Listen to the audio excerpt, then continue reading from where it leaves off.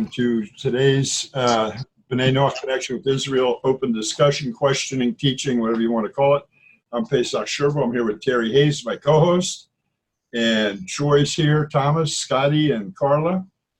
And we appreciate you joining us. Hope some other people will be joining in soon. Today is August 1st, 2019, and it is 8 p.m. Eastern time in the USA, and it is 3 o'clock in the morning here in Israel. It's fun. And thank you for joining us. We appreciate it. What we try to do here with B'nai Noach Connection and everything we do is just help people go through what the world is going through today, which we're going to talk about here in a minute or two.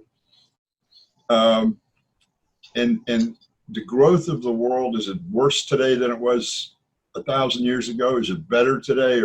What's going on? And while we were doing our pre-show show, Terry asked a great question. Go ahead, Terry. Well, my questions is based on many of us, you know, especially here in the southern United States, born into families who were of a specific religion, was raised in those religions, and didn't know anything any different. At least I know in my case. And so we were talking before the show here about free will and free choice. And so a question came to my mind is if we don't know that there is a choice to be made, if all we know is what's around us, then how do we have a choice when we don't know that there is a choice, or that there is even anything else to choose when we don't know that thing even exists? You know what? That's a great question. And I'll ask you how you got where you got, because you started questioning. The thing is that inside of you, there's the two parts of you. Don't forget, you have the gashmit, or fleshly side, the animal side, which gives your body life and gives you some type of intelligence and thinking power and all of that. But there's another part inside of everybody, which is that connection to God, which is over on the side, quietly waiting for his chance to say, what about this? What about this? What about this? And some people connect to it and some don't. It's something, it's the way God made us, but it's just like me, who lived as a Jew, not I'm going to use the word religious, because I didn't follow everything I'm supposed to follow. I do today. And you guys were often in some world that has a lot of truth to it, but it's not the truth. It's not the reality of what really is. And for some reason, you decided to start thinking about something. Now, not everybody can do that. And I know it's tough. And how is it chosen? Look, I live in an area here where right now in August, all around me, the Arab countries, especially in Lebanon and in the Palestinian territories, they're running summer camps for kids. How they come dressed to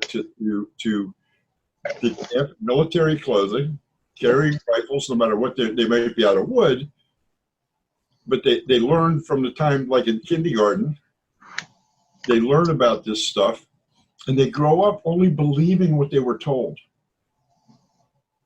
Die when you're a teenager, become a martyr. Your family will make a lot of money because we'll pay you millions if you go kill a Jew. And you will sacrifice yourself. It's child sacrifice, by the way. And that's what they call it. They call it, you're sacrificing yourself. You become man, I can't think of the word Martyr. right now. Huh? Martyr. Yeah, but there's a special word they call it. By killing yourself, you become this martyr, and your God's going to love you very much, and you're going to get all kinds of special stuff when you come to be with him. And these kids believe this with all their heart. But yet again, two of the two terrorist kids who grew up with that are about now going around the world talking about how terrible it is and how there's another way to view things, another way to see things. So people can wake up from it. Laura, it's important to remember that you as individuals, and there's a wide variety of people that are happening right now around the world, are starting to question things, I mean, really big, what they were taught from their household. But it's hard to break away from. It really is. Some people get it at a young age. Some women get it when they, for some reason, when they hit puberty, 12, 13 years old, 11 years old, they start questioning things. Don't know why. But it happens. It happens to the Jewish girls, and it happens to other women around the world. Men seem to wait a little longer because we're a little bit more hard-headed about it. And we're, you know, if I believe it, it must be right, you know. I looked at there you go, Thomas. I looked at a headline today that's in a couple of the websites, the news websites, and it said this: the United States Intelligence Agency believe that Osama bin Laden's son is dead. This is a news headline. They didn't say they know he's dead. They say they believe he's dead. Does that make him dead? They don't know he's dead, but they believe he's dead. So how am I supposed to take this as a news headline other than it's fake news again? Because they don't know. I saw in one place, it said, U.S. intelligence agency says Osama bin Laden's son is dead in quotation marks. Well, when you believe something, it doesn't make it true. And a lot of people are starting to realize that, and they're making the choice. And it's happening around the world. And it's a part of the growth of mankind. If you look at mankind as a single entity, and you compare it to the growth of a child, there are stages that mankind has gone through the last 5,779 years, where we had the flood, wiped out one, and Noah was involved in the recreation of the world. We have Noah and then Shem and Ever that brought the 7 universal laws to the other side to spread to the world, and the world rebelled against it. Well, it was a Nimrod. I don't know how much you guys know about Nimrod, but in the time of the one language and the Tower of Babel, he was the ruler of the world. He's influenced world history. And then that's when God split up everybody into the 70 nations plus one, because he said Israel isn't counted within the nations. Each nation then started teaching what they wanted to teach. So go back to your question. It's a very complicated thing, but you have broken out, and you've started asking questions. And you know, when I started working with Noahides, and this was a long time ago, people were always looking back and saying, well, my parents taught me lies, and they taught me wrong, and they taught me this, and they taught me that. Today I still teach what I taught then. Don't look backwards, because if you didn't have in you what you had learned and what you had believed before, you wouldn't be where you are today. You wouldn't be the person you are today. You wouldn't understand God the way you do today if you hadn't been through those other experiences. And as people go along, don't be ashamed of what happened. It's part of your growth. Make you stronger and a better servant to lead you up to being a righteous of the nations. Hello, Veronica. Good to see you. Hi. So what if a person doesn't have the intellect to ask questions? Does that remove the choice from them because they don't know they have a choice? No, one of the biggest problems people have is the intellect. When we study something from an intellectual point of view, we'll never see we have a choice. What happens is an awakening of the godly soul in you that tells your animal soul, whoa, there's more than just studying something for the intellect, for knowledge. Many people around the world have knowledge of a lot of things, but they don't know how it relates to, because there's two sides to everything, the fleshly side and the spiritual side, and they leave out the spiritual side. a lot of people, everybody has the opportunity. God gives everybody the opportunity. It's whether we take it or not. There isn't a person out there that you know that hasn't asked a question in one way or another. And a lot of them either shut down by their parents, their preachers, their imam, their neighbors, their friends, or, oh boy, you're going to hell. You can't do that. And it affects, when the question comes up in the people's mind, they either shut it down quickly, because everybody asks the same questions. We're not any different than anybody else. So what you do with it when it comes up in your head, do you go say, wait a minute, let's take a look at this in a full aspect. And sometimes it happens like what happened to you, Terry. You say, wait a minute, I'm just going to get rid of everything and go to the other side. You're on the other side. You say, well, wait a minute, that's not who I really am. Let me get back on the middle road. Let me get back to who I am and where I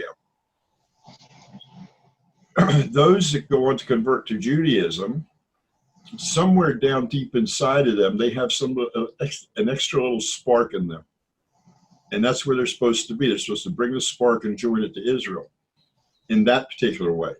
Then there's 99.8% of the world that doesn't have that spark in them, but still can join to the God of Israel and become, the minute you join to the God of Israel, what people don't understand is the minute you join to the God of Israel and you start doing the 7 universal laws.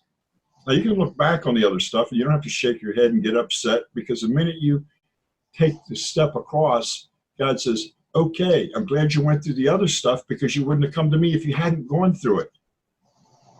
You receive, you want to call it salvation, repentance, whatever you want to say, whatever word you want to use, you receive it immediately. God says, I'm glad you went through that stuff, because now you've come over and here I am, and good, we have a connection now. Once you have that connection, when you do something that you realize was wrong, or you know was wrong, God doesn't say, okay, now you're going to hell. All you have to do is turn to him and say, I made a mistake. And you mentioned the other day that or I heard you say to somebody about Ezekiel 18. Everybody needs to read that. And maybe we'll do one class on that, on Ezekiel 18, because it is the plan, the map, everything that anybody needs to know about everything is right in that one thing. It was the tool that brought me to where I am today. It was the tool that led me out of idolatry. And for a long time, it's been my soapbox. I mean, Ezekiel. So you never talked about that before, but I heard you say it to someone else. It was. I talked about it in that video that I did that interview with. Right, that's right. Mike and David. And David, and I sat and read it and read it and read it over and over again, and I realized you read it in a little bit different eyes than I read it, but everything's there. You saw it. Everybody has their favorite section of the Bible, favorite section of the Proverbs or the Psalms, or maybe you have like several Psalms and there's stories in the Tanakh. And everybody gets a little something different out of it. But Ezekiel 18, you can read it and see what God's actual plan is for a person. It's right there. He's talking to Israel. He's talking in generalities, but it's there for everybody. And for me, it was, the Torah says that, a father shall not die for a son, and a son shall not die for a father. And I feel like Ezekiel 18 is the explanation of that statement. Exactly. No, that was good. And matter of fact, I gave it to somebody the other day to study. I had questions. I said, read this and we'll talk about it next week. Look, let me explain something to you guys. Maybe you haven't realized it yet, but you guys are what God calls the righteous among the nations. You're not Noahides. You're not freaks. You're not whatever other name you want to get. You're not Gentiles. You're righteous among the nations. The righteous of the nations. And it's a recognized thing by the Jews who were put here as the priests of the world. We recognize people like that. you're walking the seven, you're doing what you're supposed to do. You're learning the depth of the 7 commandments, where, you know, we have the 613 out of the 10. You have about 250 or 260 out of the 7. And honestly, there isn't a human being on earth that needs to do more than the 220, 250, whether you're Jew or Gentile, Jew or righteous of the nations. But the term Noahide, Sharon and I have never liked it in the beginning anyway. But the thing is, you guys are no longer part of the, let's call it the Gentile nations. You stepped out of it. You stepped into the nation that God did. And I think you wrote, I think I read it in something you said, Terry, the other day. You put up, remember something. God chose Israel, but we choose God. Yeah, that was a morning thought that I had. Right, which is a very good way of looking at it.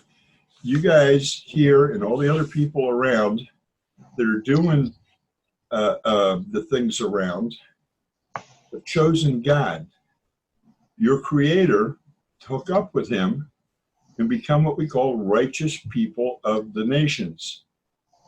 There is no other. You stepped away from being part of the nations, become righteous of the nations, which joins you directly to Israel, which also, I know this sounds weird, entitles you to the next world. Period. You're entitled to it because you found the key, the doorway. It's part of you now, and you're part of it. You don't have to worry if you're going to hell or you're going to whatever's going to happen. You've joined yourself with the creator of everything. And he says, come on, we're going to the next level of life. And you're a part of it. Now, you might not think it, or maybe you think you're not worthy. Well, if God says you are, then you are. So who are you to think you're not? And you can find the proof for it everywhere. You are the righteous of the nations. It's important to remember that. Titles, Noahide, or whatever, really is not the righteous of the nations is the important thing to remember. You stepped away from the 70 and hooked up with the 1. And just go ahead, Terry. Just an example of how much this life, you know, so many people say, well, the 7 is not enough. Well, then you're not studied the 7, and you've not let them become a part of your life. An example of the situation I had this morning, I was reading in this new book and that I have, and I like to highlight because I want to be able to pick my book up, go back and hit the sections that really jump out at me. And I had a highlighter in my pocket because I got one from work the other day because I went and got one from my boss, and I need a highlighter back in the back, so I just need to highlight some things that I'm doing on my tickets. And so he gave it to me. So this morning I'm sitting there, I need to highlight it. I reached in my pocket and I started to highlight this sentence. And then the thought hit me. I'm like, I can't do that. That highlighter is not mine, it's for work. I just didn't want to get up from the table and go get my highlighter. I just got one in my pocket. But then it hit me. I stopped. I can't do that. I know this is simple, but this is how the 7 laws work. When you apply it to your life, this highlighter wasn't mine. It belongs to the company I work for. And so I started highlighting a sentence when it hit me. So I stopped and got up and got my own highlighter that belongs to me and started using it. But it's just those little bitty things that people don't think about how applicable the 7 laws are into changing who you are. That's absolutely right. And the first 2 are the most important because we have to remember at all times who we serve. He's given us orders on how he wants us to do things. And what happened to you was you didn't think and you started to do it, and all of a sudden you look at your hand and say, wait a minute, this isn't what my king wants from me. He wants me to use my things for my stuff and not take from the company. Right. People take home pieces of paper. You know, I'm going to take some paper from my printer. I'm going to take a couple of pens. I'm going to take a stapler. They don't think about it, but that's wrong. It's part of do not steal. And people don't think of it that way. But that's a lesson for another day. What I want to do is, you put up a post today about how bad the world is, and it's going crazy, and it's just dysfunctional stuff. We've got people in the United States that are opening ice cream boxes and licking the ice cream, putting it on the lid on it, putting it back on the shelf,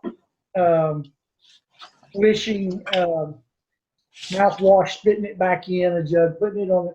And then there's this report that's been all over the news here lately, the last few days. And the girl turned herself in, but a young girl up in one of the northern states goes into a Walmart and urinates on the potatoes in the potato bin. I'm like, what is gotten into people's heads? That's a great question. And when I ask people, do you think the world is better today than it was 100 years ago or 400 years ago? Mm-hmm. You know that 6% of the people believe the world is better and everybody else thinks it's getting worse? Well, they actually did a poll on it. My thought, I was talking to my wife about this situation last night, and what came to my mind was opposite and equal reaction.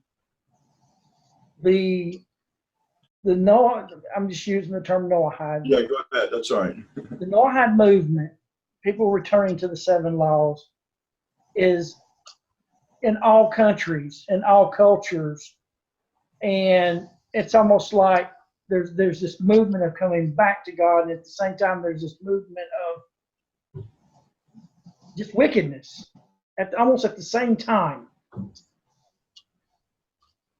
It seems like they're both growing in their own realms. We're going to address that right now because I have my own opinions of it, but there are other things that.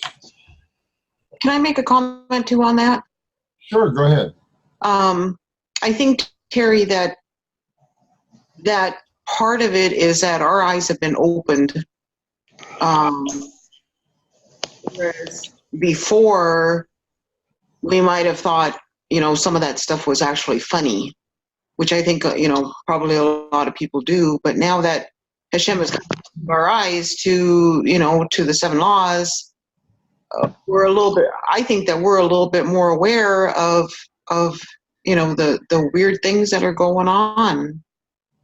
I mean, when I was a young person, teenager, early 20s, I would never even had a thought of doing something like this.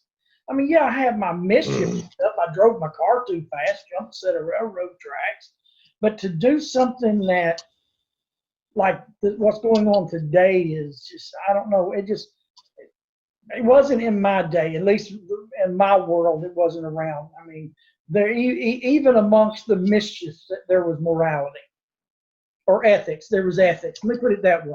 There was ethics. We had more respect then. That's true. That's true. As individuals, we did things differently. A lot of the honor your parents and respect your elders and things like that has kind of gone by the wayside in the world. But yeah, let me read something to you for a second here. I'm not going to mention the name of the book because I just started reading the book. I want to read the whole book through before right now I'm cherry picking the book. Okay. Which I do, the books that don't concern actual Torah and spiritual, but it says this, is a new earth arising, a world where the egoic state of consciousness in its insane dysfunctional manifestations is arising, both individually and collectively. The world has dissolved or at least subdivided, where humans no longer create unnecessary, will the world, wait a minute.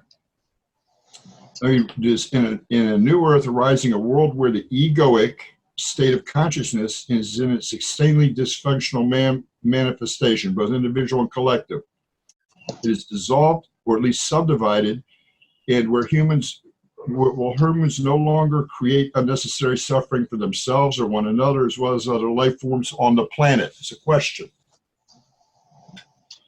One of the things he says here, if we go exclusively by the information we receive on a daily basis through news reports and the mainstream media, then our assessment of the human affairs in this new millennium will necessarily be overwhelmingly negative.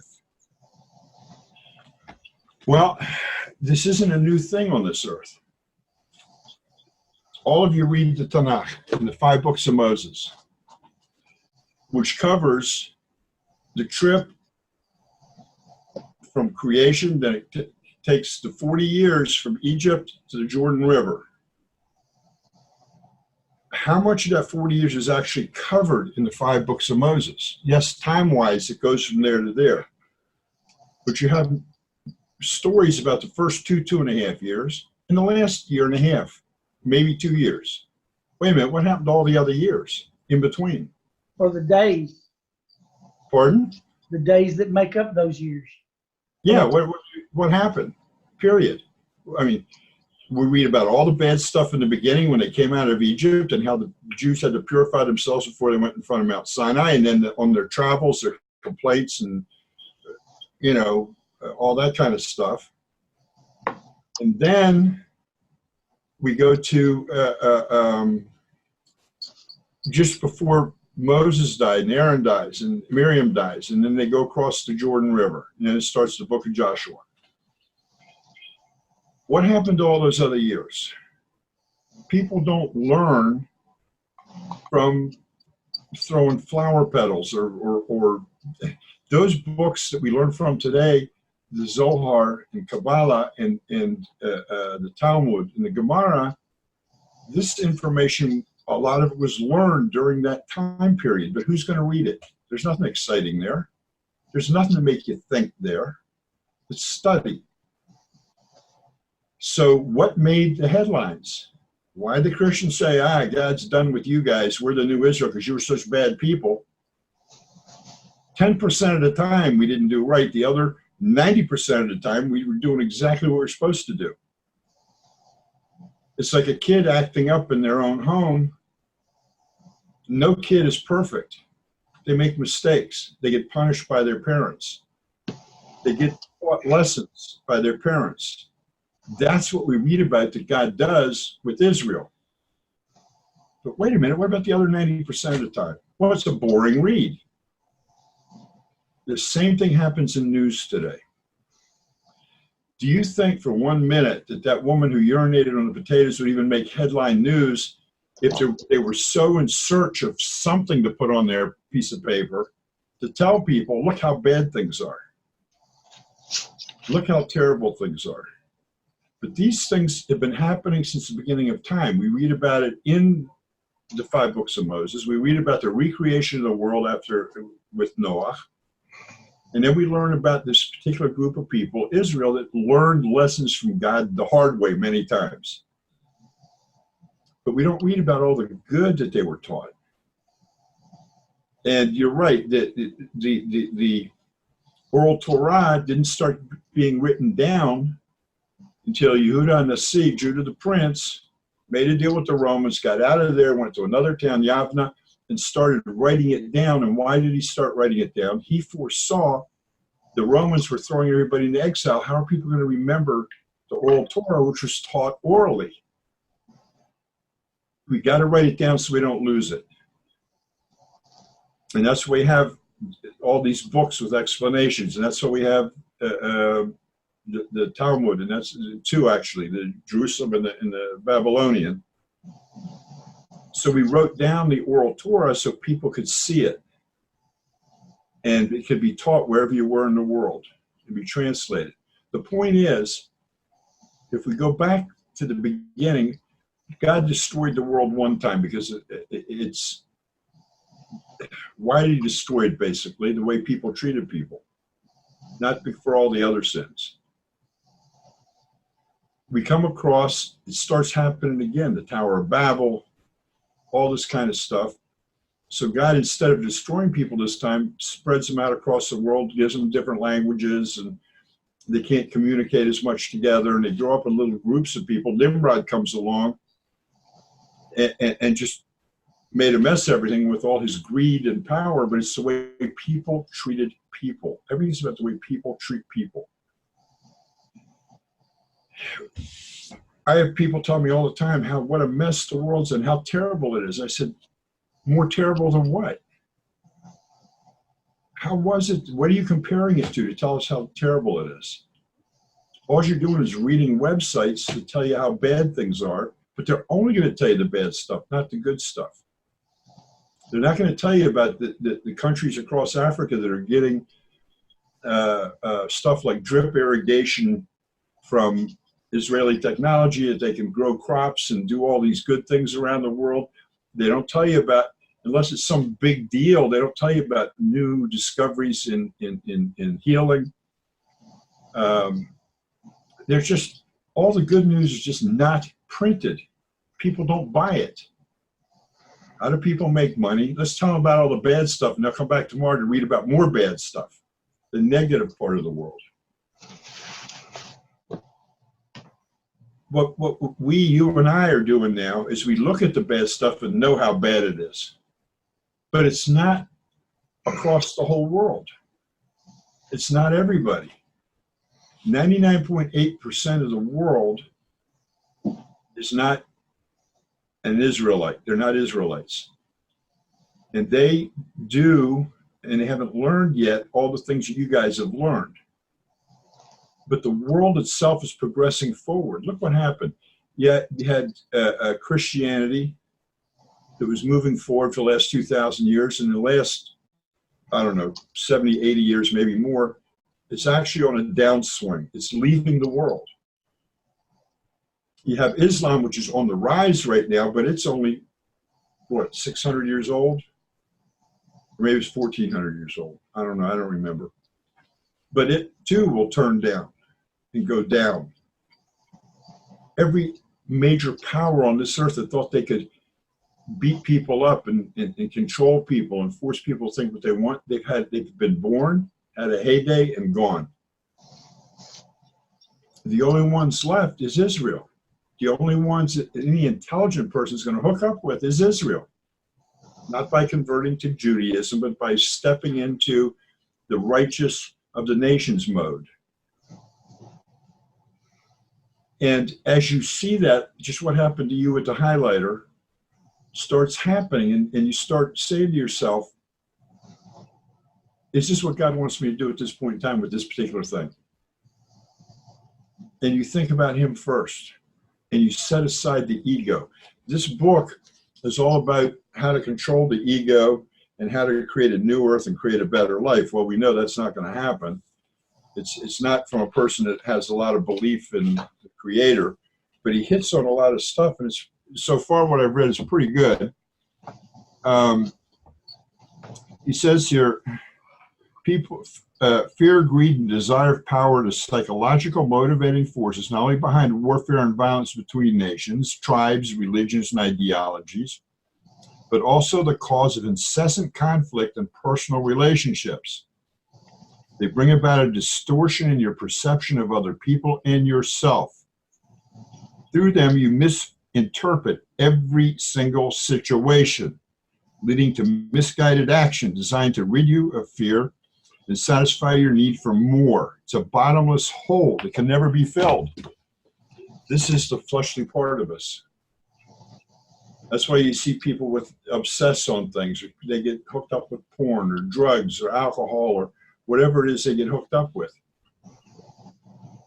You guys, don't forget, there was the flood, there was Noah, there was Shem Va'ever, there was Abraham who learned, Isaac who learned, and Jacob who learned from Shem and Ever, the 7 universal laws.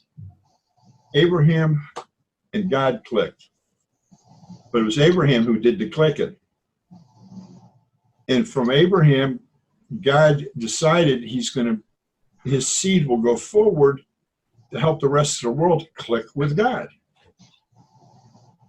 And what you guys are doing are a part of the project that Abraham started, that Shem and Ever started. And there have been times in the world where it's come up a little bit, disappeared, come up a little higher, disappeared, come up a little higher, disappeared, and this time it's just taken off. And these things you read which are disgusting to you are also disgusting to God. But he allows them to happen. Why does he allow them to happen? First of all, it makes you stronger because you realize you become more concrete with God. And second of all, so other people can see you. How do you change it? By being you. Not by telling people they're wrong, just by doing what's right. Not by trying to bring up, a lot of people, and I talk to people, first thing I want to do is go around and evangelize. They want to show people, here's the truth. Well, let me tell you something. People aren't ready to see the truth. They don't see the truth. There's nothing you can do about it. All you can do is live the truth like Abraham did. What was the first thing Abraham taught? Oh, come and have a free meal, and all you have to do is thank God for the meal when you're finished. And there's a joke about that if people said, no, we're not going to thank God, he says, okay, and he gives some exorbitant price for the meal. I said, wait a minute, I thought it was free. He says, it is. All you have to do is thank the Creator for it. And a lot of people said, I'm not paying that money, so they thanked the Creator. Well, it was a start. You're here today because of what Abraham and Sarah did in their tents. It's a direct connection. It's a direct connection with the school that Shem and Ever set up here in Tzfat, and that taught to Abraham, Isaac, and Jacob. And I didn't believe it at first, actually. You know what? What do you mean they taught to Abraham, Isaac, and Jacob? How old could Shem could have been? How long did people live? But if you look at the life timeline, Shem lived this humongous long lifespan in which he actually knew Abraham, Isaac, and Jacob. And he actually taught them. It had to be proved to me. I thought somebody was saying, he's saying. So is the world worse than it was 1,000 years ago? Absolutely not. You look at the lifestyle of people, whatever they believe.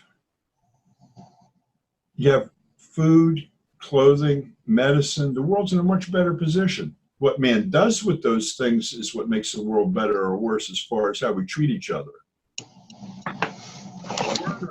We're in what we call the 3-week period right now, from the 17th of Tammuz to the 9th of Av. A period of mourning, because on the 17th of Tammuz, I think the Romans came in and stopped sacrifices in the temple and defiled the temple. And on the 9th of Av, they destroyed the temple and set it on fire and everything. But it was the first temple that was destroyed. The second temple was destroyed. A lot of other things happened to Israel on the 9th of Av. There's a whole big list of it. You can Google it and check it out.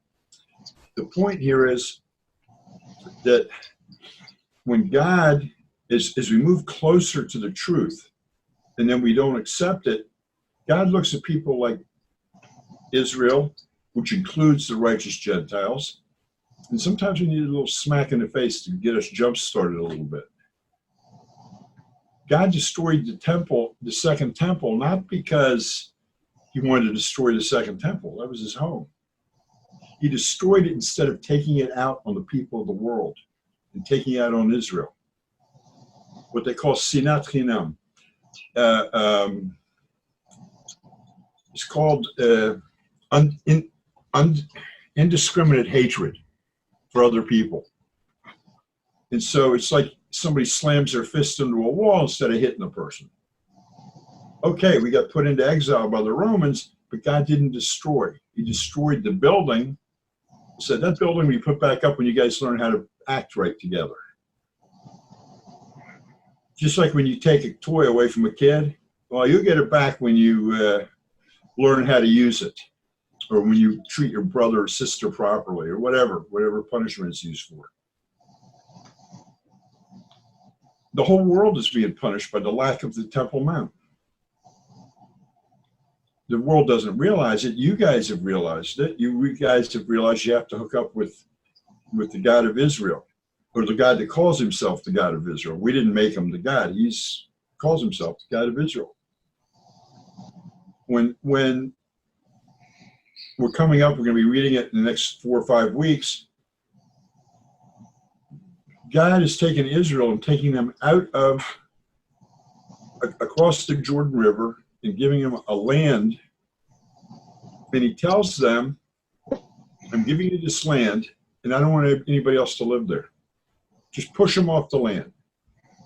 Let them go someplace else if they can find someplace else to live. And he says something very interesting. If you don't, they're going to be spikes in your eyes. They're going to be thorns in your sides. I told you, push them off of my land because this is where I want you to be. And if you make compromises with them and you let them stay, I'm going to treat you like what I would have done to them. I would have been angry with them for their idol worship and everything else, because there's going to come a point in time when that happens. You guys have realized that you can't stay in the land outside of Israel. I'm talking about the spiritual land right now. I'm not talking about the physical. That you have to connect with it. Do you know, as they were coming in across the Jordan, all the kings of the world were looking at them and saying, whoa, we got to do something. Look at these people. So what happened? The Midianites tried to stop us on the last final move across the Jordan River to Jericho, when the walls of Jericho fell down. This whole journey from the coming out of the captivity of Egypt and moving to Jericho is what the whole world is going through during this whole time since the Jews came out of Egypt. Let me explain what I'm talking about. Moses was the Messiah for the time to bring us out of Egypt. He brought us salvation. We were saved from the captivity of that Egypt. We came into the desert, we learned from God, and we're still learning, and we have a journey to a city called Jericho, where we don't have to do the fight. All we have to do is praise God and blow the shofars, and the walls come tumbling down. You ever think about why? What is this? Why did it happen?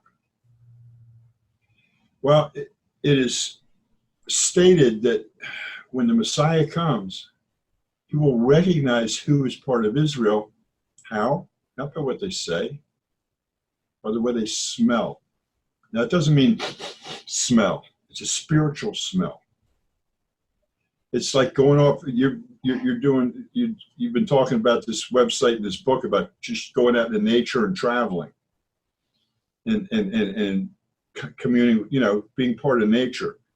Well, someone who's a part of God will have a particular feel to them, and we call it smell. And the Messiah will smell these people. Jericho in English comes from the Hebrew Yericho, or Jericho. Ye means will in the future. Richu means will smell.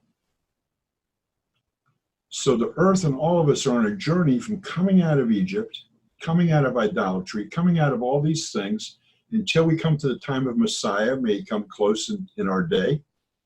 Amen. And this is symbolized by from Egypt to Jericho. From Egypt we come out of until the Messiah will come, and Yericho, he will smell the right people and gather them together. So it's everything in the Chumash, in the Torah, in the Tanakh, is to teach us not only here it is the 40 years, but here it is 7,000 years too. We're going through the same exact thing that Israel went through. But in the meantime, people are joining to Israel. The time will come when the Messiah will come, and he will in English, Jericho the people. And all the walls are going to come tumbling down to block people from hooking up with God. And I love it. By the way, this is from the, I think it's from the Frierdiker Rebbe in one of his essays when he talks about this, but other people talk about it too. I mean, these aren't my opinions I talk about here. These are things I've learned. And why is it here? So when you open your eyes and see what's going on, anybody can hook up with it. You guys.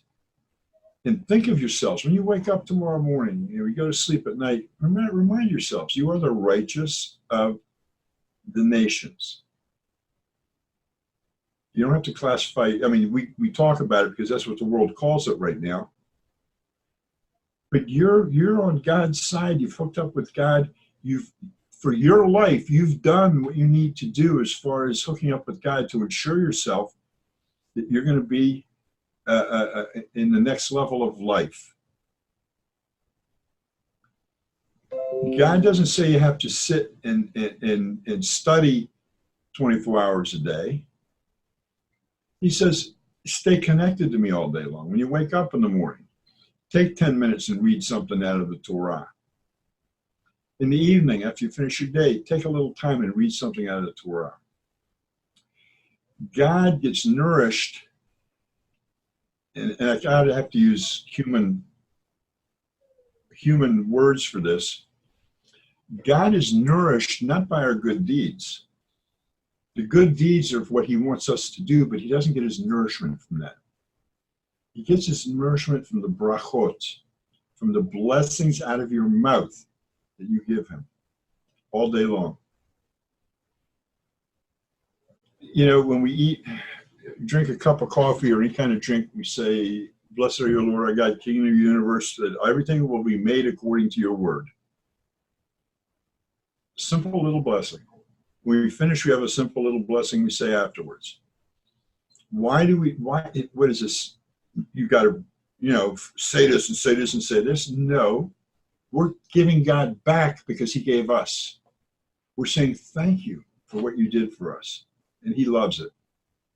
And he wants it from each one of us. The good deeds are great. They're to keep us on the straight and narrow and to help people and help us train ourselves to be good to people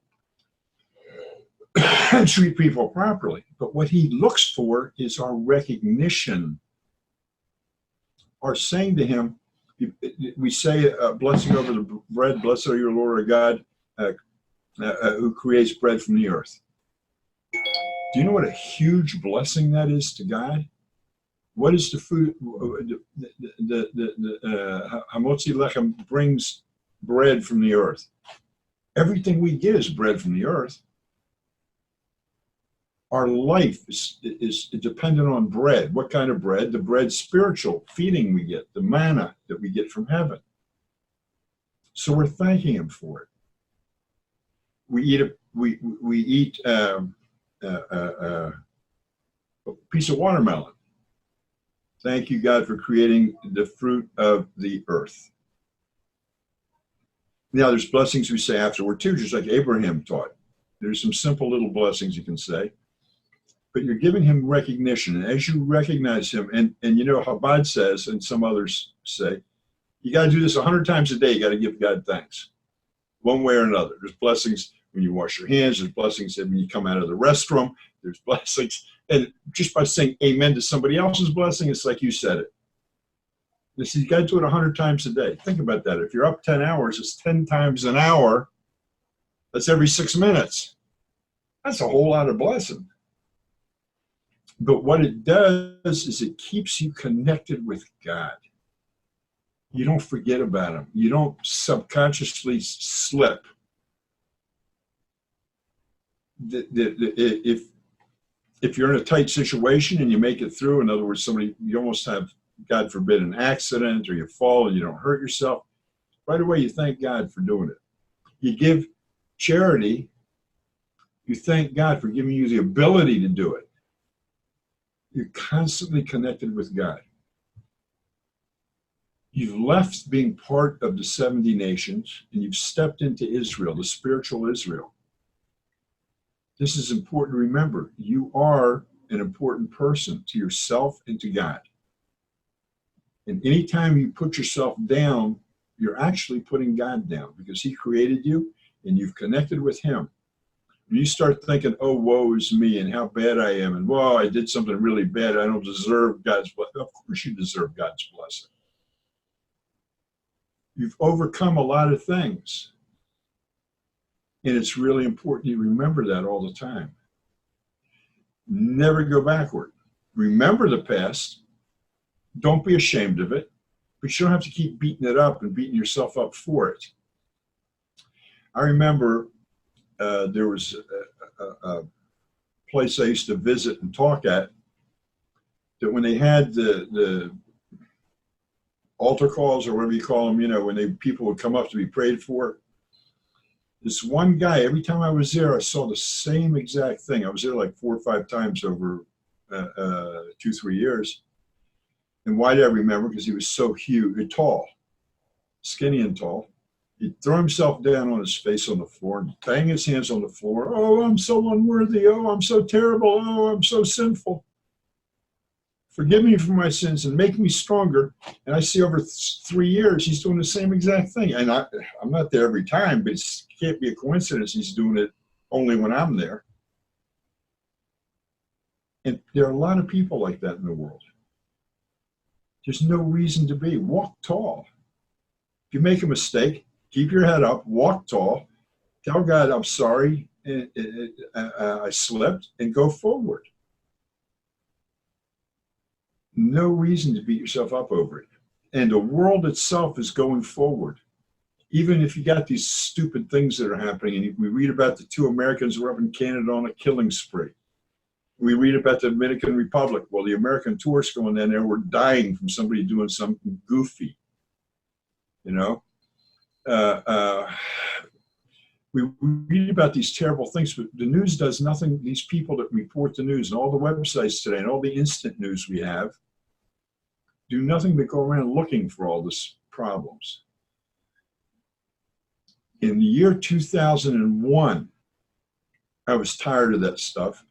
And I decided I'm going to do, I don't know if there were blogs back then, but I'm going to do a daily report on my website of good news around the world to help make people feel better about where they live. I could spend hours searching the web and find 1 or 2 things. Nobody talks about it. Nobody talks about it. All the good things that are happening, only the bad, because that's what is sensational. That's what people buy news for. I don't know if the newspaper still exists because there's so many other fake news places, but there used to be the National Enquirer, which was just a fake newspaper. They made millions and millions of dollars off their fake news. There's been magazines, there's been all kinds of stuff. All the gossip magazines they used to be called, I don't think they exist anymore, that the women would buy as you go out of the grocery store. There's a rack of them right by the cash register so the women can just throw them out or the guys that wanted them to, just throw them out on the counter, and they bought all this fake news stuff.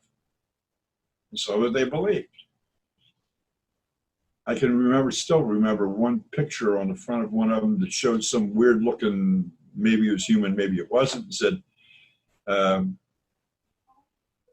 this lady slept with an alien and look what came out, All fake news. You guys have survived the fake news. You become strong. But when you see this stuff, it disgusts you. What disgusts people? And when we read the Torah portion, Balak, and it says that they were disgusted by Israel. They looked at Israel and were disgusted. So what does that mean? They saw Israel doing something they don't do, and they really didn't want to do because it didn't fit their lifestyle. So they said, we're disgusted with it. We don't like it. So what you're disgusted with is dependent on what where you are in your life and your relationship with God. Now, as righteous of the nations, God gives you a great leeway. How do you help people? How do you help make the world better?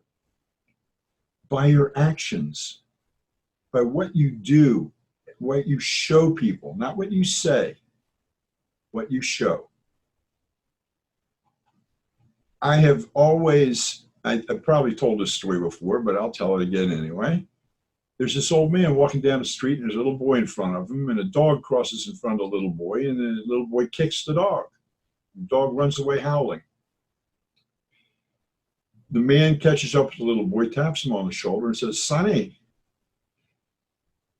has anybody ever taught you to be kind to animals?" "Sure, my mom tells me to be kind to animals all the time." He says, "Well, why on earth did you kick this dog and hurt it?" He says, "Well, but that's what my mommy does every time." The boy learned not from her words, be kind to animals. He learned from her actions, kick the dog. That's how people learn, through action. You can tell them all you want. If they're not ready to hear it, they're not ready to hear it. It's something they can mouth if they decide, like the little boy, yes, let's be kind to animals. Meanwhile, let's kick the dog as it walks by. By your example of the way you do things in front of people, someone gets angry with you or frustrated or jealous of you, and they start yelling and screaming at you. If you just stand there and listen, and then not get angry back, or not get insulted, or not just, okay, they want to think that way. It's okay. It's their opinion. It's not it's not who you are. Or if you did something that caused it, you can always apologize for what caused it without anger, without anything else. When they see that you respond in a different way than they respond, when they get home and they're telling their wife or husband about the incident, "Man, I yelled and screamed at Pesach, and he just stood there and listened, and then we had a discussion." Don't you think that in his head he's thinking, why did Pesach not get angry at me for yelling at him and doing all these things? Your actions are fixing the world. Tikkun olam. When you fix yourself, you fix the whole world, because the world sees what you fixed in yourself. Can I ask a related question? You certainly may. This is something that's been on my mind for a couple of years now, off and on. I've had a couple of experiences within this last week that kind of resurfaced the whole issue for me. Okay, we always talk, we have that desire to evangelize the 7 laws. And a lot of that's not evangelizing for the same reasons why, other religions evangelize. We see a world that needs what God has. And we see the benefits for it. We want that for our neighbors. But I've had a couple of situations, one a couple of years ago and one last week. How do we help people who are really in torment, like going through an emotional pain, and you sit there and you listen, and the world and the religions of the world has the platitudes, "I'll pray for you," or "You need so-and-so in your life." That stuff, I find myself keeping my mouth shut because I don't want to give religious platitudes. But then I walk away from a situation where I feel helpless. And this is just going to be an example. A couple of years ago, I worked with a young girl or young lady who's married, who is in her 20s, who when she was 17 was raped, chose to keep the kid, raise the kid. She's married to a man who she loves. They wanted to have a child of their own and start their family. And she got sick, and turned out that she had to end up in her 20s, have a full hysterectomy. This gal was bawling and in pain, emotional pain. And I'm like, how do we, with what God has blessed us with, help these people who are hurting, literally, really emotionally tore up, in pain? Well, that's a good question, and that's where I don't want to use the word counseling because you have to be. I understand that's not a good word to use anymore, but coach people, help people. But we have to understand that everything that happens has a connection. She was raped. She had a kid. She married this man. He's raised. I assume they're raising the kid. He's raising the kid as his own kid. But they wanted their own. They wanted their own, and they weren't being given it. And maybe this was a way of bringing other children into their lives. It needed them more than having a child.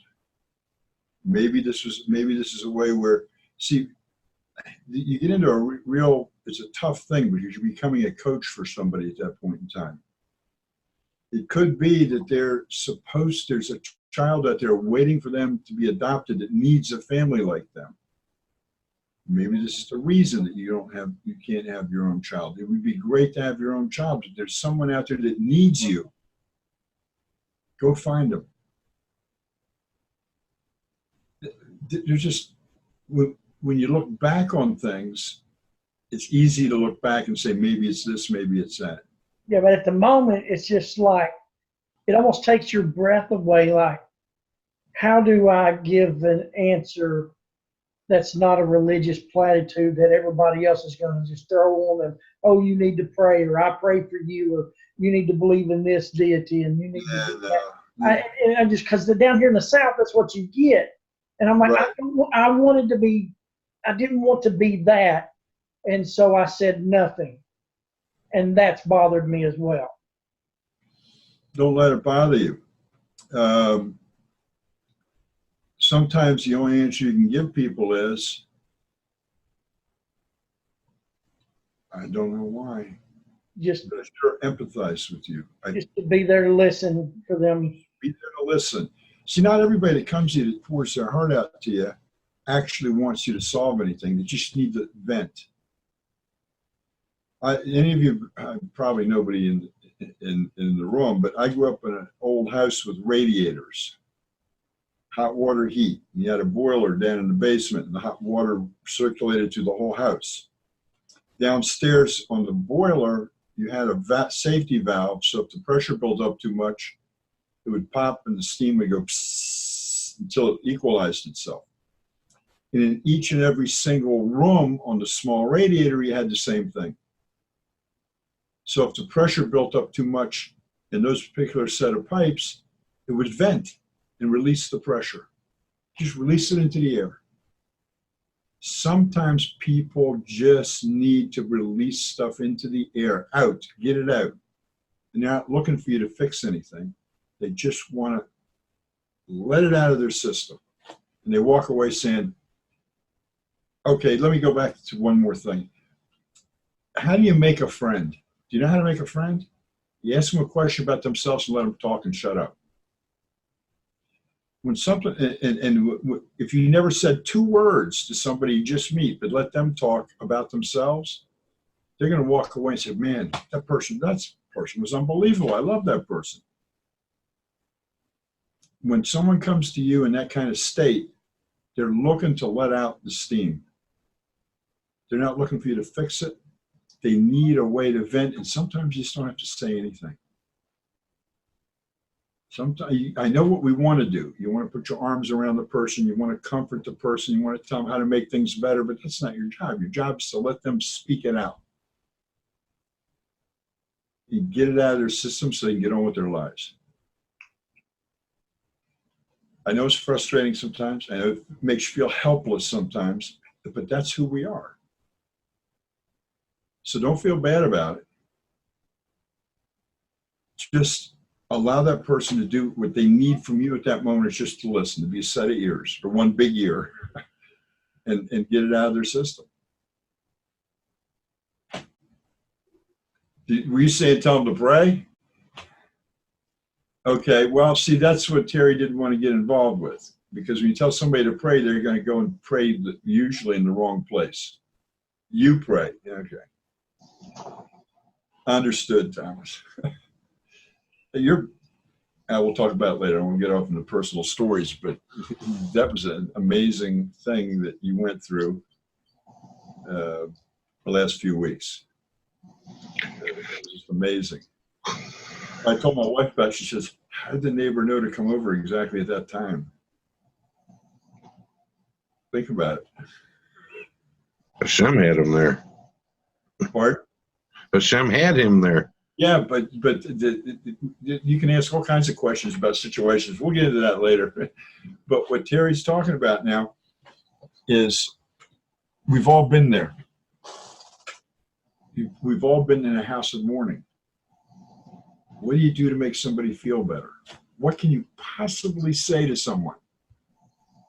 Pray. And let me tell you what we do as Jews. First of all, the only thing we say to someone is one simple sentence. Not, I know how you feel, because you don't know how they feel. It's a lie. We simply say, I or we participate in your sorrow. That's it.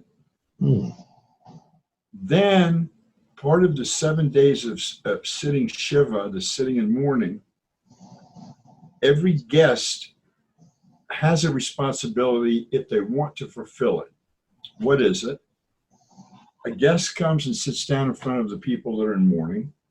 And if they were friends or know the person real well that passed, you tell a funny story about the person. Boy, do I remember da da da. If you could tell it in a way that'll actually make some people smile or laugh, it raises their mood a little bit. And what we do, people have times that they sit during the day, like from 9 in the morning till 7 at night or something like that. And everybody doesn't want to come at the same time. There should be a constant flow of people coming through all day long. And from my own experience, I know the first 3 days you have a constant flow going through, and all of a sudden the 4th, 5th, 6th, and 7th day, not so much. And you sit there alone, or you sit there with maybe a close friend, and not too many people come. So when I go to a house of mourning, I usually go on the 4th day. 4th or 5th day. I usually ask somebody how many people came through that day.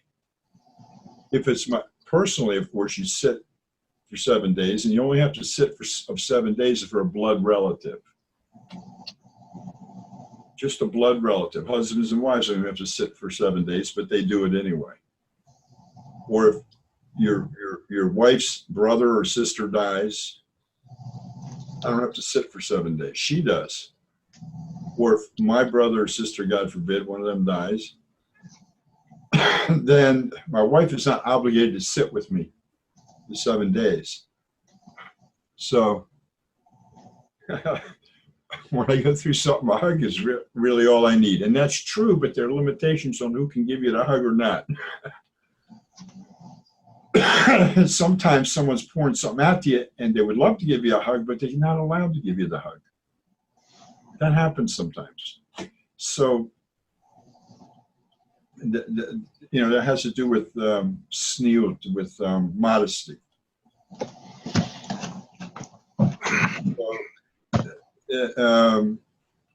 But you can get a hug spiritually.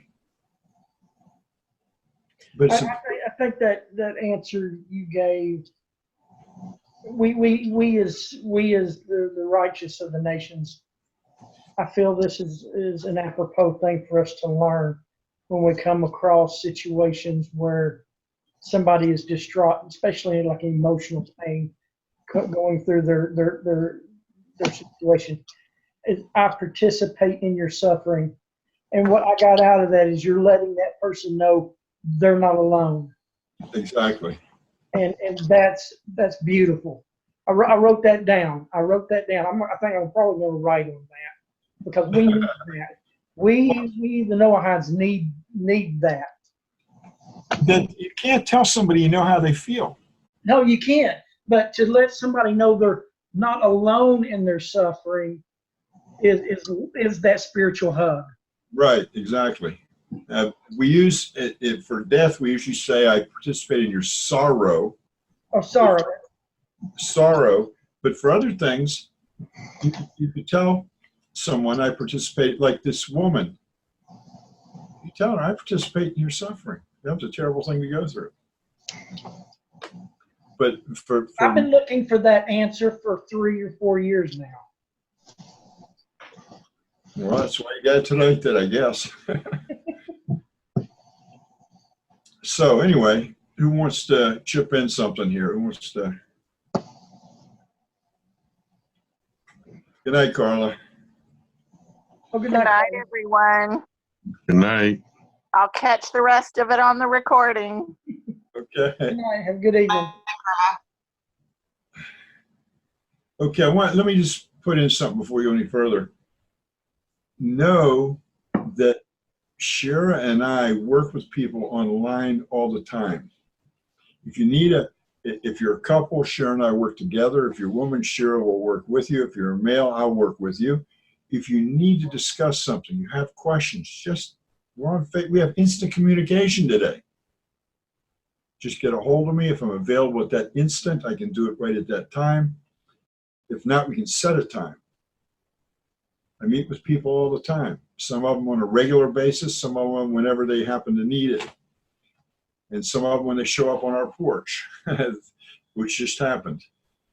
Someone from California showed up here because they were visiting in Jordan, and all of a sudden they're in Israel. They were in Jordan for not something so nice, escorting a young man's body back to Jordan, but now they're coming into Israel and they're coming to visit us, and it's great. But we're here for anybody that needs us. That's what we're here for. And so I'm just extending that offer again to anybody that wants to take advantage of it. So we're willing to do that. Anyway, let's move on from there. Terry, were you talking about something there before? Okay. Well, we covered.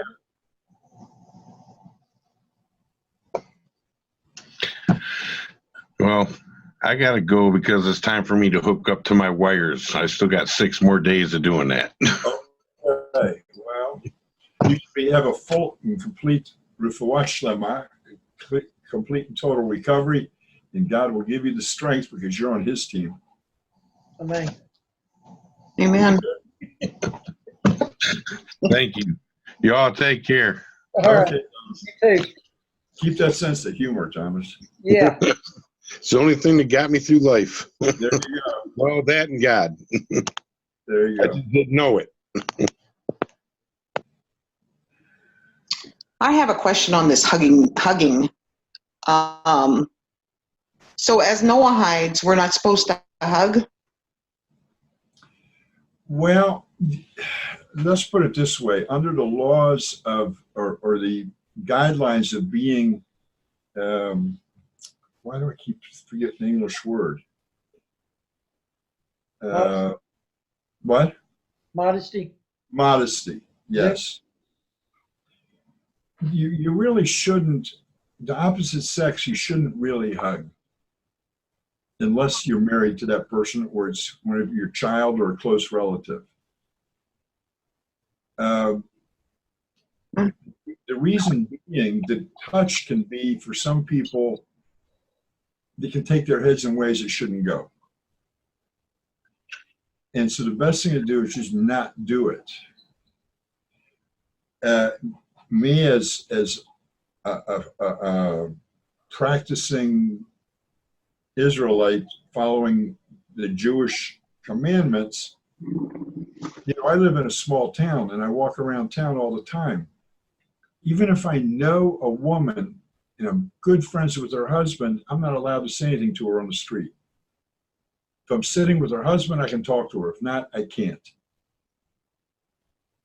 And I know it's kind of, you act like you don't know somebody on the street, even though she might be best friends with your wife and you're best friends with the husband. The best thing to do is prevent anything from happening in the wrong feeling. All somebody has to do is reach out and pat your hand, and there's an actual communication done between the bodies. And if you think back to your junior high years, you'll realize that. What happened when you're walking down the hall and your hand touched the opposite sex and maybe somebody you thought a lot of? There's this little spark that happened in you. This is part of the animal body. So in the interest of being modest, not only do we dress modestly, and it doesn't mean you have to be covered from your chin to your ankles for anybody. There are overreactions this way and that way. Especially in a time of need, when you touch someone and their body, there's this need, it might be spiritual, but it's translated into a physical need. And stupid things happen at times like that. Things that would never happen any other time. That's why, and a lot of religions learn it from what it says in Torah, but a man and a woman don't go into a room and close the door behind themselves if they're not married. They always leave the door partially open, so they know somebody's watching. I mean, someone is watching anyway, even if you close the door, but nobody remembers that God's always watching.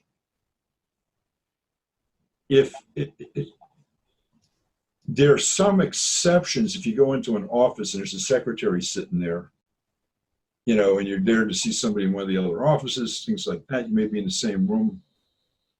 But a rabbi will not talk to a woman in a room with a closed door if the husband's not there. And the rabbis are spiritual leaders. The Rebbe never, himself, the prince of, one of the princes of the last generation or this generation, never was alone in a room with a woman, even a young girl. What we're doing here, we're not saying this is stupid. We're saying protect yourself. Go ahead, Veronica. I don't know. I guess I'm just. Let's see. I live by myself. Well, except for my dog and my cat, and I don't really go out, that often, and so I don't have a lot of friends or anything. So when I go on my Patriot Guard rider missions, I see them maybe at the most once a week, and I'll hug everybody. And I guess what you're saying is that's probably not a good idea. I mean, I'm old. I mean, it's not like I'm a, hormone-ridden person or anything. And I guess that's the only time that I get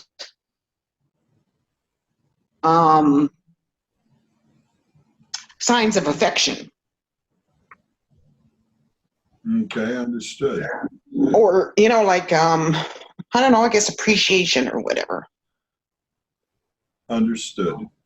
Age has nothing to do with it, by the way. I'm 74 years old, and I don't know.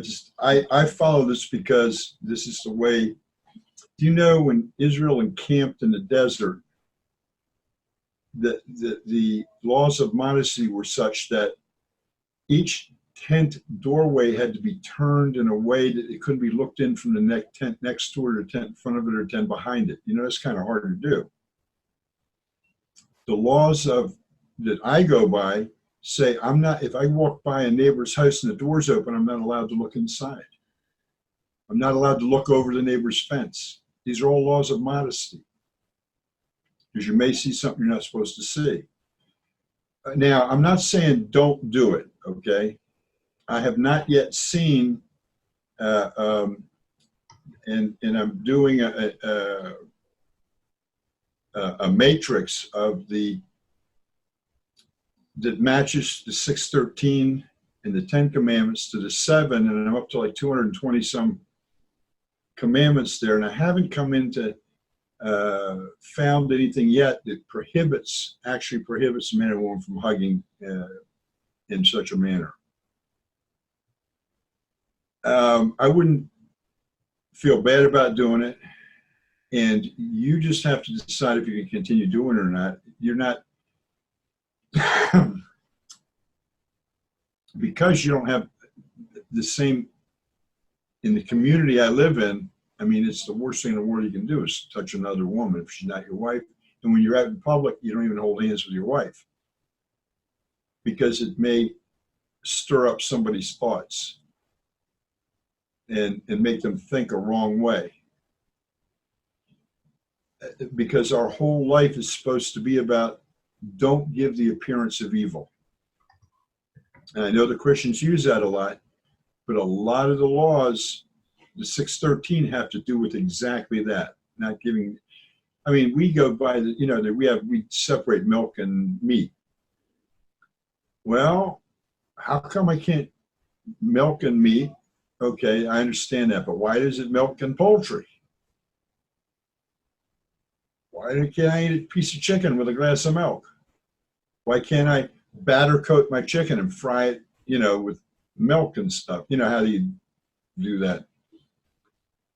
There is no Torah in the 613, but there is a thing that says if someone walks by and sees you eating at a restaurant, or they happen to look into the window of your house, which you're not supposed to do anyway, and they see you sitting there, let's say with some dark turkey meat or dark chicken, and they're thinking you're eating a meal of beef or calf or lamb or goat, and they see you drink milk or eat cheese with it, they're going to say, well, it must be okay for me to do it. So you don't want to give the appearance to someone else that it's okay to do. Now, I know in the world that we go around in, especially in the USA, I get these. I know when I used to go to churches, I used to get what I call the half hug. You know, a guy will give you a full hug, a woman gives you like a half hug, you know, one arm around type thing, if it's opposite sex. And I thought it was okay until I learned some more of what I have to do, so I had to stop that. I had to not let it happen. Don't feel bad about it. You asked me a question, I'm giving you the answer from my learning, but also I can't tell you, have to decide where you're going to put your limits of modesty. So I can't tell you don't do it. I remember an article. I was trying to find it real quick. I found a repost on another site of it, and I'm gonna post it, the link here in just a second in the comment in the group chat. But Rabbi Lazer Brody wrote it several years ago, and I read it during my time when we were studying for conversion. It's called Hashem's Cop, and it's about some one or more than one, I can't remember, young kind of liberal woman approaches him on a bus, and he wouldn't look at her, but he talks to her and shares with her. And it's a really good article and everything. Like I said, it's not the original article, it's a repost, but Veronica, you might find it interesting. I know where Pesach is talking about the modesty issue. I mean, we're not exactly there. I mean, you know, we're in the South, everybody hugs and shakes hands and stuff. But, you know, studying for Judaism or conversion, let me put it that way, taught us a lot, you know. And so today, yeah, we got friends, you know, we've known for a long time, and we do that like Pesach's talking about that half hug, but it still feels weird after you kind of learn some things. It kind of stays, what you learn stays with you. But here's this article. I think you'll find it really interesting. They said it's on this website now. It's called jewishmom.com, but it's just a repost of Rabbi Brody's article, and it's talking about this subject that you asked about. You know, when we are in a coaching session, or we're talking, or if I'm delivering a Devar Torah, I'm delivering a teaching, I can't go and teach a room full of women unless my wife's there. And when my wife's there, I keep my eyes fixed on her. But the other women instead of looking at everybody's eyes to make sure I'm connecting with them like you do when you do a teaching or something, I'm told, you focus on your wife, and you talk to everybody, which is a good thing. You know, when I used to travel around, and I used to go to the States every twice a year for a month teaching, and wherever I went, this was all Christian places I taught at, taught Torah and Devar Torah. Usually after any meeting, you always had the one or two women that would come up, and you could feel they want something from you. You can feel, I don't know what it is, infatuation with someone who came that's weird or just from out of, you know, like people put people up on platforms or pedestals, they're called. And I always made sure that I was never alone when I was around a group of people. I always had either, if it happened to be a pastor standing there or a guy standing beside me, and I never looked a woman in the eye, and if she would move closer to me, I'd move away. Now, this is just a phenomenon. It's being a human being, nothing else. It happens. People connect that way sometimes. When my wife and I were going through the ministerial training, when I became associate pastor, we went through the training to get our, my credentials. We had a once a month meeting at the state offices that happened to be down almost down to Chattanooga. And sometimes they would separate, because it's always a husband, 9 times out of 10, it was husband and wives that are together. Very few single people were going through the ministerial classes. But sometimes they would divide us up, and the guys would sit and have a class with the pastor, and then that pastor's wife would give a class to the wives. And on our way home one day, my wife was telling me that the class that they had that day was when that pastor's wife got up and spoke. First word she says, "Women, guard your husbands." And they're like, "What for?" "Because other women will do their best to take them away from you. They are power hungry. They see your husband as an instrument of power, and they have a thirst for that, and they will come on to them." And I didn't want to explain it that way as what was happening when I was at these meetings, but that's essentially what happens. yeah, that's what she advised the wives, hang on to your husbands, because other women are going to want them. Yeah, and it's essentially that's the case. Now, I know this doesn't apply to Veronica's case and stuff like that, but it's just we're setting an example for the people watching what's going on, especially if you go there as a volunteer helper or a teacher. There are people there that are using you as an example of how they should do things. It's okay to do things. So we have to be kind of on our guard in what we teach people by what we do, because it means more than anything else, what we do. Tomorrow night, Thursday night, there's an engagement party for some friends of ours.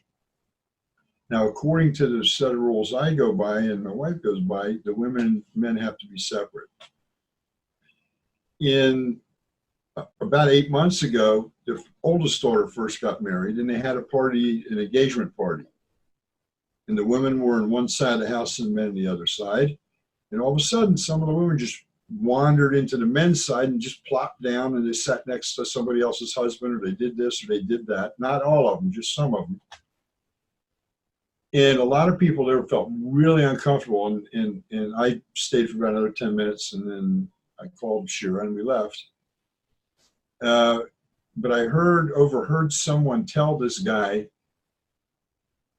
we were after morning prayer, he says, last time we were there, things weren't so modest. And I don't think that's the way it should be. If we're invited, they should be modest. And this guy knows what the laws of modesty are, but his wife isn't follow it quite as strictly. So she doesn't care so much about that. It makes it uncomfortable for someone, Cher's going to go and she'll be with the women, but I'm just staying home. I'm not going. And it all comes, I'm not angry with the guy or nothing. It's just the rules of modesty that I follow don't allow for that such a thing. That's all. We have shoals, we have synagogues here in Spot that have the dividing section between the man and the woman, and where the woman and men actually can't see each other. Then you have ones that are a little, okay, you can see over the top. Then you have ones that just put a little thin veil down. And then you have others that just don't care. Okay, the women sit here, the men sit here, but when you start their doing other stuff, they kind of mingle together. And it can make for trouble. And it has made for trouble even here in Spot. So it's best. Plus, one of the biggest things is when the guys are young, you know, when they're getting ready for marriage age, and the women are too, they're looking at each other from this side and that side instead of concentrating on prayer. Everybody's human beings. And so it takes away from also in the shawl, it takes away from the prayer. But I'm just throwing out information here, Veronica. I'm not just letting you know how far this stuff goes sometimes. Hey, Veronica, here, I haven't read this in a while, but this is good. This book is for men and women. It's a little bit thin paperback. It's really interesting. It's called Outside, Inside, A Fresh Look at Soonest or Modesty. But it might help answer some of your questions. It says, where it just talks about just different things. The feminine connection, rebel with the cause. It's kind of just a good little read for men and women. And it might be able to answer some of your questions there about that. Now, in the end, Veronica, what you do is your decision and nobody's going to judge you for it. Yeah, we're not commanded by all of that. This is, again, just, you know, it's a growth issue for everybody on their individual level. I mean, I had a friend of mine, a Jewish friend of mine, sent me a picture, I don't know, maybe 4 or 5 years ago. The picture was from like early 1900s. And his comment, he says, look at the men and the women. And he said, you would almost think they were in a Jewish neighborhood the way they were dressed. Because the women's hairs were covered and the men's had their hat. Each had their hats and different things. And it just shows you, how far we've come from who we were. Well, that's a good example. There was a time that women wore long skirts down to their shoes. And if a guy happened to see her ankle, it was like a turn on, Look how the world has changed. Yeah. So, and this is the fleshly part of us who sometimes overrules the godly part of us. And it gives a good reason why, too. It even justifies it. These are like, in the Jewish circles called fences. And yeah. We're not commanded and not even obligated, really. I'm maybe overspeaking, but maybe not even an obligation to create fences. But for an individual in your walk with Hashem, fences in some areas may be exactly what you need to enhance your walk. And it's not against anyone else. If you know what I'm saying, you just might prefer to say, this is how I want to be, and you don't have to give an excuse to no one else. It's just your personal fence between you and God. Let me give you a quick example. We're in from the 17th of Tammuz to the 9th of Av. We're in this period of what we call mourning, of destruction of the second temple and the first temple, and a lot of other things. The Ashkenazi, let me put it this way, Chabad has a way of looking at it that from the 17th of Tammuz until the 10th of Av, you don't listen to music. Now, you can listen to singing as long as there's no musical instrument involved. In other words, a cappella is okay. You don't get married. The only thing you do is a brit milah, because that's commanded by God on the 8th day after the birth. You don't have engagement parties. You don't do this. You don't do that. You give a sign that you're in mourning for what happened. I was with a guy tonight, I said, oh, you're growing a beard. He says, no, I decided that's a sign of mourning because you don't shave during mourning periods, so I'm not shaving until after the 9th of Av. That was part of his thing. From tomorrow, from Friday, actually, until the 9th of Av, which is those 9 days, we don't wash clothes. Now that doesn't preclude certain things like your undergarments and your children's clothes and diapers and stuff like that. But we don't wash clothes. We don't buy new clothes. We don't put on new clothes. Everything that we wear has to be something that's older. And, for 9 days, you can do that. We're not even supposed to really take a shower or a bath. We can wipe ourselves in areas that would need to be wiped and clean ourselves in areas that need to be cleaned, but it's like a total mourning period for 9 days. No music, right? Well, outside of my window right here where I am, there's a Sephardi shul, and they don't hold by the no music until the 1st of Av. In other words, from 17th Tammuz till the 1st of Av, they listen to music. They even had some kind of party over there, and music and dancing and all that kind of stuff, which the Ashkenazis say no, and the Sephardim say, yeah, it's okay to do it. Whatever your custom is, it's okay to do. But follow the custom of where you are. Now, what custom do you have? I don't have any right now. You don't have any right now. You guys are paving the road for those that come behind you. What you do and teach and say to people now is going to influence the world in the future. Look what Abraham did. He's influencing us today. How you do things in your connection with God as people see around you, how they see you do. That's the important thing. Scotty's got his hand raised. I just wanted, I don't know if this is, when I was growing up, my family was so affectionate. I mean, there was just hugs all the time. And that's one of the things that, especially when my wife and I and my kids were on the road, when we were in the Christian faith, I meant nothing. It was just a natural instinct because I was raised in a family that just, we were very affectionate. Although I meant nothing in the hugs, other people meant stuff in it. And so I tended to have to watch, it even hits me now. I just, I go into a crowd. If I'm teaching a class or something, I go in and I have to watch. I'm a very affectionate person, but I have to think of the other person's mind. Why are they wanting to hug me? So I don't know if that shows. I don't know if Pesach can elaborate on that. I still have to watch it, but anyway, that's what I was going to say. Actually, that's a really good observation. You have no idea why. Even though I was not what we call frum, I wasn't following the 613, I have 2 daughters. The minute they got to a certain age, I stopped. I wouldn't be around them, as far as they couldn't walk around the house half dressed anymore. They couldn't do this, they couldn't do that, because there's an issue of modesty here.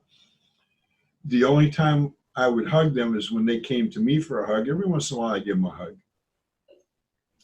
But if you have, let's say, your wife has a daughter and it's not your daughter, you're not even allowed to be in the same room with her alone. Do you know that? According to Jewish law. And vice versa. If you remember the story of Noah and his sons, when, I want to say Ham, but I don't remember, one of his sons saw him naked. That was Ham. Huh? It was Ham, right? The other, he went out and told the others. What the others do, they backed into the room with the blanket to put over him and let it off. They didn't go, I mean, that's their own father there, right? And they're males. So there's you're going to be surprised as what they see, but there's a thing of modesty. And because Ham made a big deal about it, there's all kinds of midrash about what. Noah couldn't curse Ham for doing this because Ham had already been blessed by God.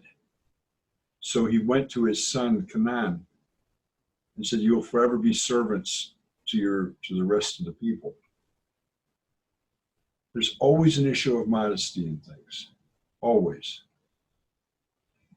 There's even modesty between husband and wife. The huggy, touchy, feely stuff comes out of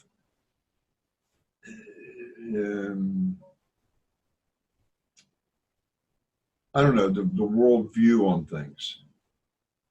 And some religions change their worldview as time goes on, and other people around that, you know, they want to bring in everybody. So let's change our worldview a little bit to bring in those people.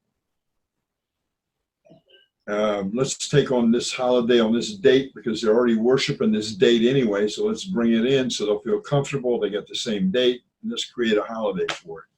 There are religions that have done that. So we don't know what we do today, how it's going to influence the future, other than because you are righteous of the nations. Remember who you are. You have a responsibility before God, your Father, who's also your King, to show people God is my Father, God is my King, and I want to purport myself in the way I should. There's a new ambassador to the United Nations from America. I forget her name. Doesn't make any difference her name. Why? And if it's Nikki Haley or if it's this lady, who are these people? They're representatives of the United States of America, and they have to conduct themselves as representatives of the United States of America and the mouthpiece of the President of the United States. They're not allowed to do their opinion and not allowed to change things.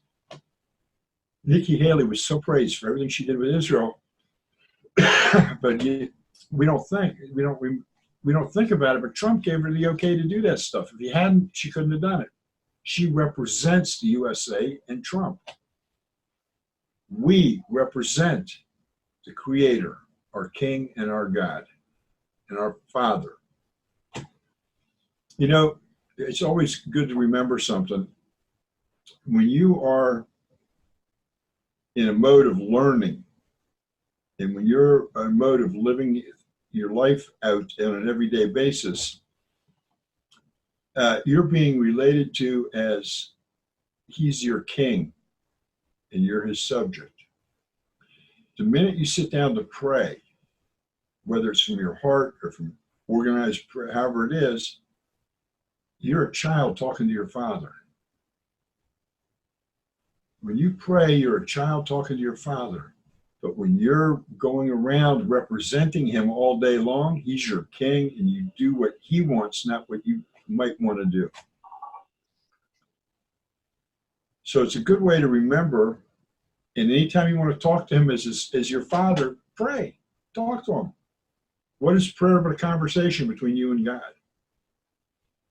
When I do my morning prayers, I do my prayers 3 times a day. At that particular time, I'm sitting with my Father, and I'm pouring my heart out to Him. And I'm expecting mercy. I'm expecting kindness from Him. But as soon as I leave my prayer, I'm His representative. He's my King. So my King says, do this. And if I don't do it, I'm being a bad representative of my King. At any time, I can become the child again. All I do is plop myself down on a piece of grass or under a tree or on a bench, start praying. And he's now my father. It's a different role. So it's a good, yeah. Yeah, I like that view also. It kind of puts things in focus. It also, you know what it does? We all like the idea we have free choice. But once you've made the choice, you've given up your free choice. You understand that. Once you choose to live, what does it say in Deuteronomy 20 or 30? I forget which. I say to you, choose life and live by the Torah, or choose death. I prefer you choose life, God says. It also says in Ezekiel 18, says the same thing. And so I want to live the way he wants me to live. So I'm going to do what he tells me to do. So what have I done? I've given up my free choice. I've made a decision. I decided I'm going to be his servant. And I decided I'm going to also be his child. I want to have both relationships with him.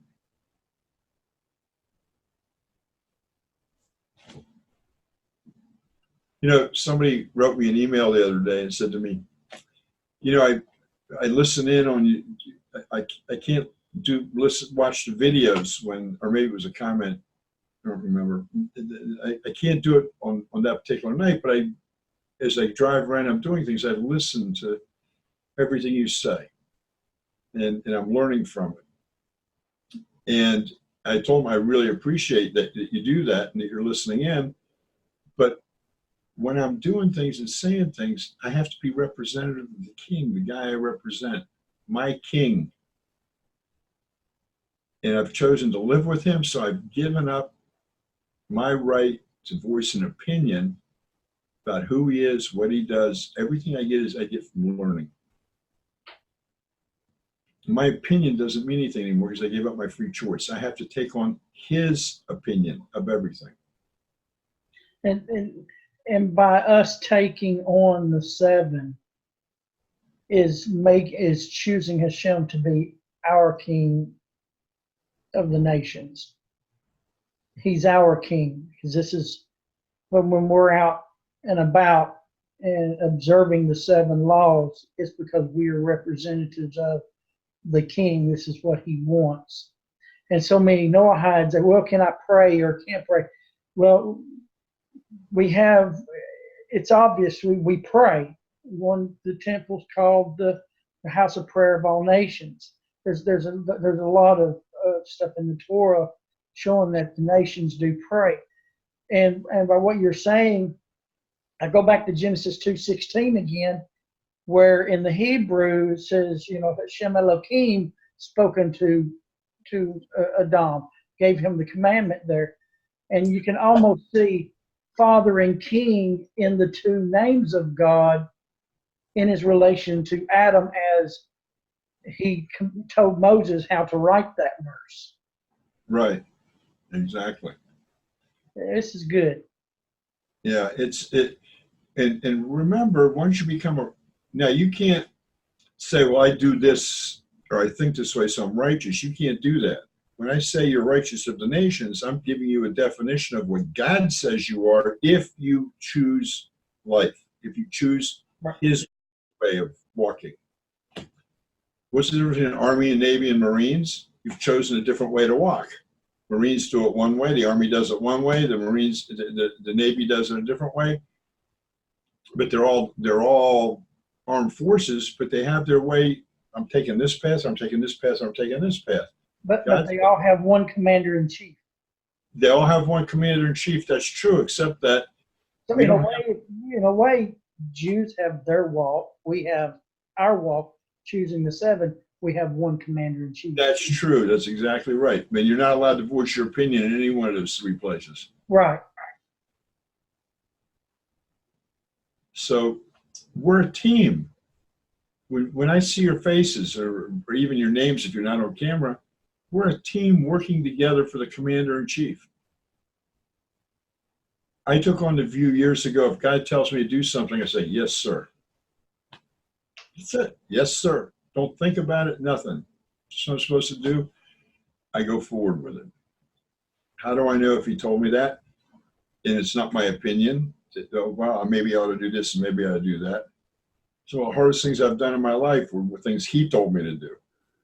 And I had to keep going and going and pushing forward and not give up. Working with the nations is one of them. See, you guys don't see it from my side, but it is so frustrating to work with the nations because so many people just say, go away from us. We don't want to hear what you got to say. You're an Israelite. You were bad people. See, it says it in your own book. You have no idea how many times I hear that. It is very frustrating.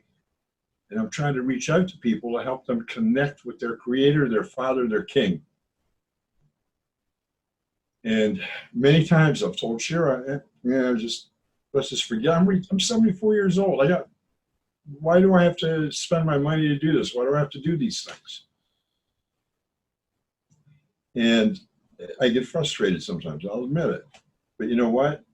When we have meetings like this or I help somebody, the feeling is so much better than the way I was feeling before.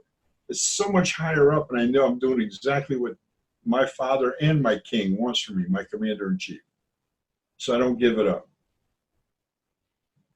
You know, most of you know I'm recovering from wasn't minor, but a procedure I had in the hospital beginning of the month. And I'm just getting to the point where I can every day get up like at 5:30 in the morning and do everything the way I'm used to doing it. This morning I woke up and I absolutely didn't want, I just said, I'm going back to bed. I can't do it today. I laid down on the bed for about 4.5 minutes, got up, says, no, that's not proper. I can stand up and I can get up to where I need to go and I can do the things I need to do, so I'm going to do it no matter how I feel. It's not injuring me in any way to do it. It's just I didn't felt like that. And I forced myself to do it. That was on Wednesday morning. Thursday morning here, I don't quite make it because we have these meetings now and I need to sleep. So I don't fall asleep while I'm praying, because that can happen sometimes. But I enjoy what I'm doing. And when I meet people like you and I see the direction you're heading, I see the work Veronica does with all kinds of people through the website she posts on. Now, Troy and Scotty, I don't know quite as much about you. When I see what Terry does, I just, how wonderful God is that he put us together, that we can serve him in any way we can. Scotty's got to go, so it'd be a good place to probably go ahead and end this one. Yeah, let's wrap it up. You need to get out of bed. I'm thinking next week I want to talk about tzedakah, kindness. Okay? All right. God bless you guys. Veronica, thanks for the question. Joy, thanks. Terry. And Veronica, anytime you want to get a hold of my wife, if you need information or want to talk about something, Shira Sherbo on Facebook. You're probably friends with her anyway. You can send her a message and talk to her, and she's pretty good at stuff. She's been through a lot. Thank you. She's been there, done that, in most of the stuff. God bless you guys.